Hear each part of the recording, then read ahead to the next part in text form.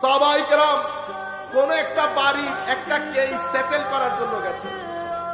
নামাজের ওয়াক্ত হয়েছে, মুয়াজ্জিন এসে বলতেছেন, হুজুর, আবু বকর সিদ্দিক রাদিয়াল্লাহু তাআলা আনহু, হুজুর নামাজের ওয়াক্ত হয়ে গেছে, আমার নবী তো ব্যস্ত, একামত দেই, নামাজটা পড়াই দেন।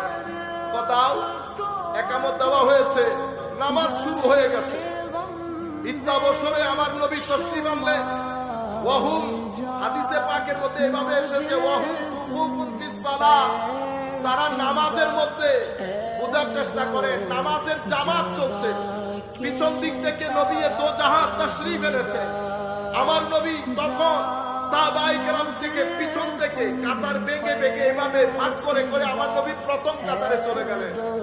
পিছনের কাতারের লোক যখন আমার নবীকে দেখলেন, সবাই খুশিতে আত্মহারা, সবাই নামাজের মধ্যে তালি মারা শুরু করলেন। তালি, প্রথম কাতারে তালির গোল, অতঃপর দ্বিতীয় কাতার, অতঃপর তৃতীয় কাতার।